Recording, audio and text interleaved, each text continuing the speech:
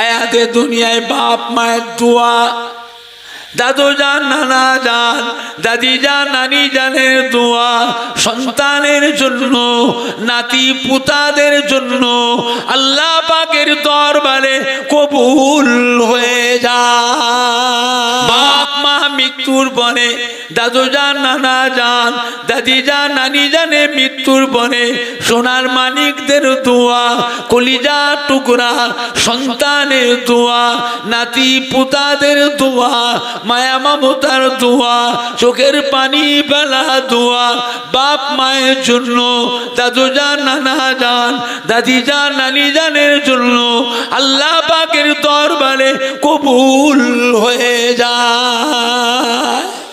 এটা গ্যারান্টি। আবার ভাইজানরা, হযরত ছোট হুজুর পীর কেবলা রহমাতুল্লাহ আলাইহি বললেন, বাবা বাড়িতে মিলাদ দিবি। একটা দিন ছিল সবার বাড়িতে মিলাদ হতো, সেই মিলাদটাকে আমরাই তুলে দিয়েছি।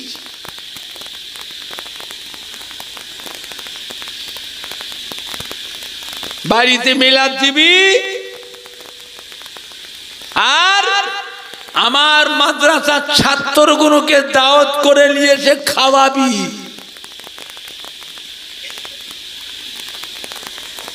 মাদ্রাসার ছাত্রদের ভালো মন্দ খাওয়া হয় না, ওদের ঘরে নিয়ে যে ভালো মন্দ খাওয়াবি, একটু ভালো মন্দ নাস্তা করাবি, ওদের ঘরে দিয়ে বাড়িতে নিয়ে এসে এক খতম দু খতম কোরআন শরীফ পড়িয়ে নিবি। কেন? বাড়ি বাড়ি তো এখন কোরআন পাক তেলাওয়াত আর হয় না, ওটাও বন্ধ।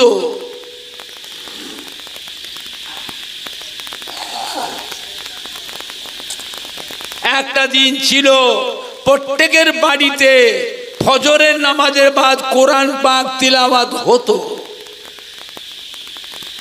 মানুষ কাজে যায়, চাষি মানুষ চাষ করতে যায়, চাকরিজীবীরা চাকরি করতে যায়, ফেরিওয়ালারা ফেরি করতে যায়, দোকানদাররা দোকান খুলতে যায়।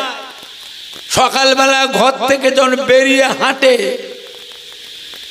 ওই রাস্তার দুই পাশে যত বাড়ি, প্রত্যেকটা বাড়ির জানলা দরজার ফাঁক দিয়ে বাড়ির ভেতর থেকে মহিলাদের কোরআন পাক তেলাওয়াত শুনতে শুনতে তোরা মাঠে যায়, চাকরি করতে যায়, ব্যবসা করতে যায়।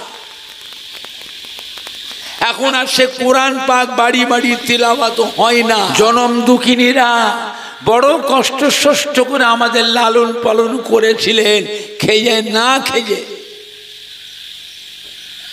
অনাহারেও দিন কাটিয়েছে। এমনও দিন গেছে মানুষ জবের আটা খেয়েছে, ভুট্টা খেয়েছে, মাইলো খেয়েছে, বজরে খাক খেয়েছে। আপনি খেয়েছেন বজরে খাক? চেনে? এই আপনার দাদুর বয়সে যারা আছে, নানার বয়সে, দাদি নানির বয়সে যারা আছে, ওদেরকে জিজ্ঞেস করেন না। আমি মিথ্যে বলছি? মিথ্যে কথা বলছি? সে কষ্ট তো ছেলেরা পায়নি, বুঝবে কি? সে অভাব তো এদের পায়নি, হয়নি তো। এমনও দিন গেছে জনম দুঃখিনীরা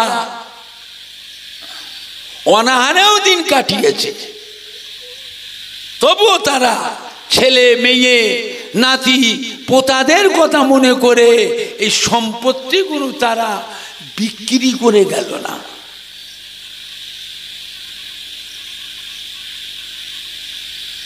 আল্লাহ পাক রব্বুল আলামিন আমাদের ছেলে বাচ্চাদের ঘরে, ভাগনা ভাগ্নিদের ঘরে, নাতি পোতাদের ঘরে একটু সুখ শান্তি আল্লাহ দিয়েছে না দেয়নি? আমরা যে সুখ শান্তি পেয়েছি বাবা, আমাদের আব্বা দাদু নানা আম্মা জান দাদি জান নানি জানেরা আমাদের মতো সুখ শান্তি জীবনেও তারা পায়নি। আর তারা কবরে শুয়ে সারা বছর ধরে এতিমের মতো পড়ে পড়ে কাঁদতেছে। শুধু একটু দুয়ার আশা, আর কিছু না।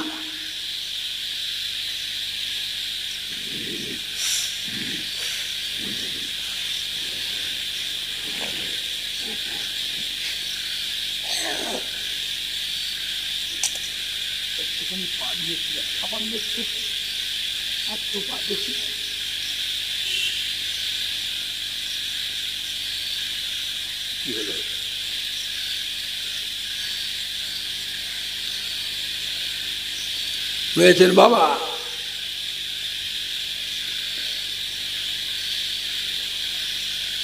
তাদের নামে কোনোদিন দুটো মসজিদের মুসল্লিকেও দুটো ভাত দিইনি। তাদের নামে কোনোদিন দুটো মাদ্রাসার এতিম ছেলেদেরও দুটো ভাত দিইনি।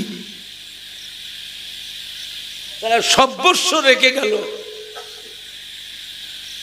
কোনোদিন বিক্রি করে সুখভোগ করলেন না, বিলাসিতা করলেন না, মনের শখ স্বাদ মিটালেন না। তাদের নামে কোনোদিন 10টা অনাথ অসহায় মানুষকে দুটো বস্ত্রও বিতরণ করিনি। তাদের নামে কোনোদিন এক খতম কোরআন শরীফও পড়িনি। কবরটা জিয়ারত করতাম, সেটাও আস্তে আস্তে ছেড়ে দিলাম, বন্ধ করে দিলাম। কবর জিয়ারত তুলে দিলাম। শবে বারাতে মুহররমে বাড়ি বাড়িতে একটু মসজিদের মুসল্লি ইমাম সাহেব, মাদ্রাসার ছাত্র ও হাফেজ সাহেবদের দাওয়াত করে নিয়েছে, বাড়ি বাড়িতেও একটু দুয়ার মাহফিল হতো, সেটাও তুলে দিলাম।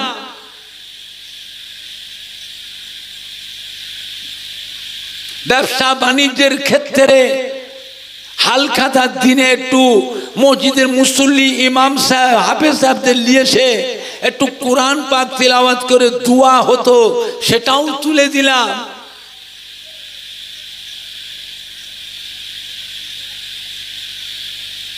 সব তুলে দিচ্ছি, শেষ করে দিলাম।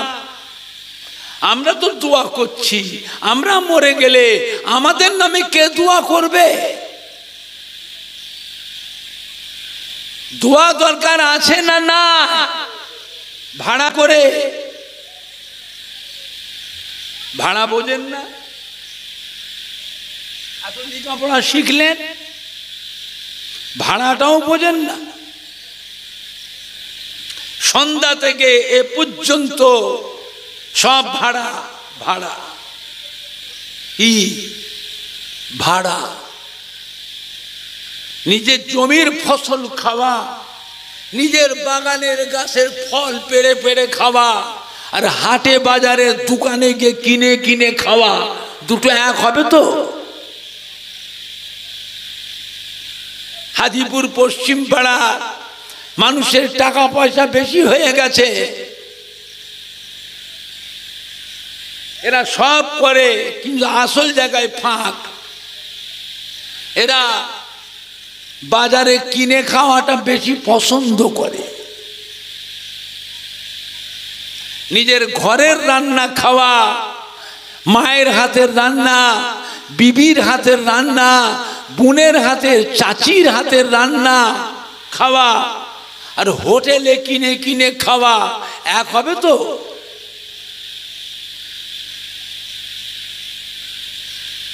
বাড়ির পরিবেশটাকে বাঁচা।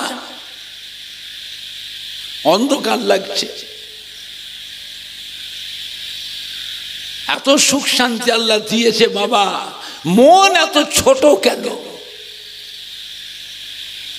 মনটা এত সংকোচ কেন? কার দোয়ায় এত সুখ ভোগ করছি বাবা? কার দোয়া পেয়েছি না পেয়েছি বলতে পারবো না। নিজের জনম দুঃখিনী মা, গর্ভধারিণী মা, জন্মদাতা বাপ, দাদু যান, নানা যান, দাদি যান, নানি জানের দোয়াটুকু তো পেয়েছি না, এটা অস্বীকার করবে?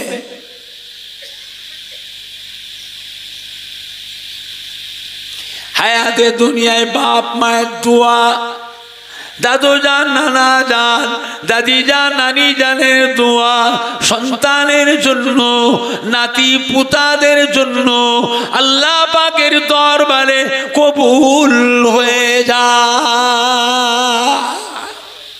এটা গ্যারান্টি হবে, এটা গ্যারান্টি। কোন হাফেজ সাহেব, কোন মৌলী সাহেব, কোন মুফতি সাহেব, কোন ইমাম সাহেব, কোন হুজুর সাহেবের দোয়া লাগতেও পারে, নাও লাগতে পারে, এই দোয়া কবুল হবে তার গ্যারান্টি। বাপ মা মৃত্যুর পরে, দাদু যান, নানা যান, দাদি যান, নানি জানে মৃত্যুর পরে সোনার মানিকদের দোয়া, কলিজা টুকরা সন্তানের দোয়া, নাতি পুতাদের দোয়া, মায়া মমতার দোয়া, চোখের পানি ফেলা দোয়া বাপ মায়ের জন্য, দাদু যান, নানা যান, দাদি যান, নানি জানের জন্য আল্লাহ পাকের দরবারে কবুল হয়ে যায়। এটা গ্যারান্টি। আমার ভাইজানরা, বাপজানেরা, দোয়া দরকার আছে না নাই? একলা একলা করবে? এসো সবাই মিলে বসি, পরিবেশ খারাপ করবেন না। অন্ধকার লাগছে বাবা, অন্ধকার লাগছে।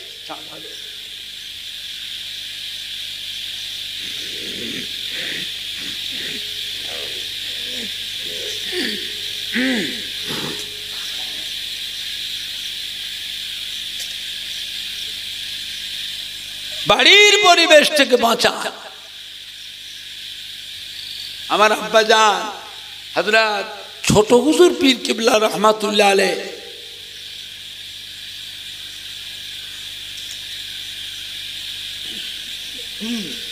আমাকে একদিন ডেকে বলেছিলেন, বাবা ওমর এদিকে আয়।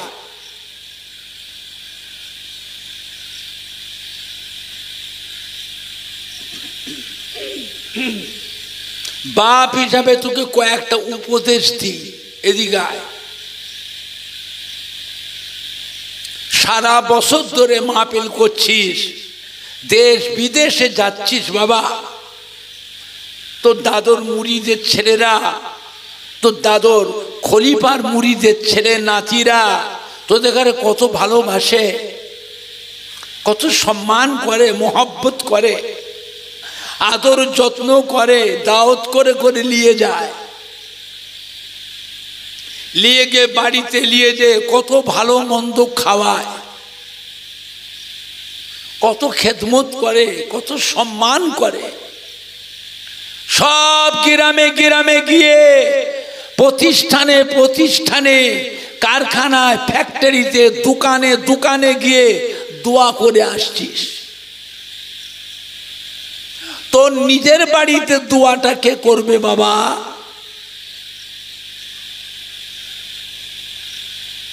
তোর নিজের বাড়িতেও একটু দোয়া দরকার আছে না না? সেটা কে করবে?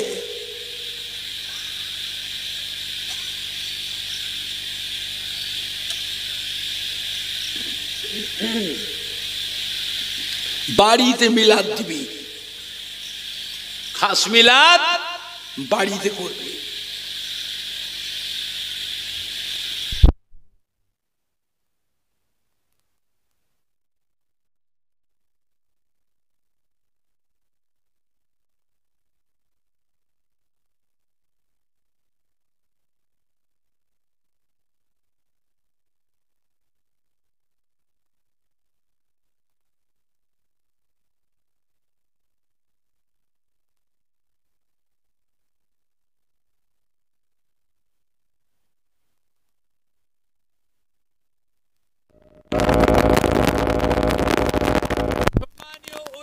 কেরাম গো, হাদিপুর পশ্চিম পাড়া গ্রামবাসী গো, নারাই দেখবে, নারাই দেখবে।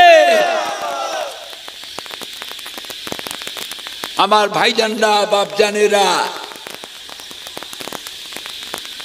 হযরত ছোট হুজুর পীর কেবলা রহমাতুল্লাহ আলাইহ বললেন, বাবা বাড়িতে মিলাদ দিবি। একটা দিন ছিল সবার বাড়িতে মিলাদ হতো, সেই মিলাদটাকে আমরাই তুলে দিয়েছি।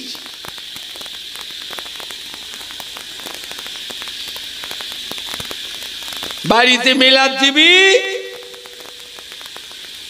আর আমার মাদ্রাসার ছাত্রগুলোকে দাওয়াত করে নিয়ে এসে খাওয়াবি।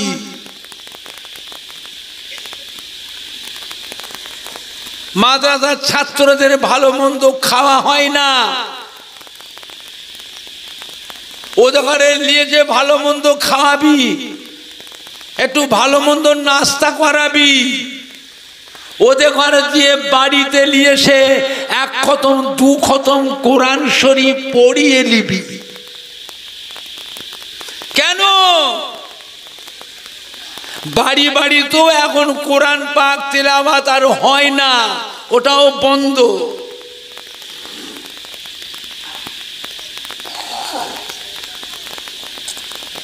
একটা দিন ছিল প্রত্যেকের বাড়িতে ফজরের নামাজের বাদ কোরআন পাক তিলাওয়াত হতো।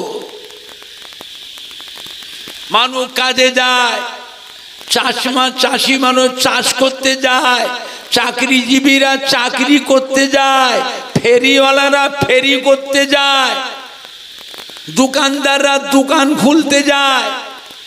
সকালবেলা ঘর থেকে যখন বেরিয়ে হাঁটে, ওই রাস্তার দুই পাশে যত বাড়ি, প্রত্যেকটা বাড়ির জানলা দরজার ফাঁক দিয়ে বাড়ির ভেতর থেকে মহিলাদের কোরআন পাক তেলাওয়াত শুনতে শুনতে তোরা মাঠে যায়, চাকরি করতে যায়, ব্যবসা করতে যায়। এখন আর সে কোরআন পাক বাড়ি বাড়ি তেলাওয়াত হয় না। হবে কি করে? বেলা 8টা না বাজলে ঘুম ভাঙে না।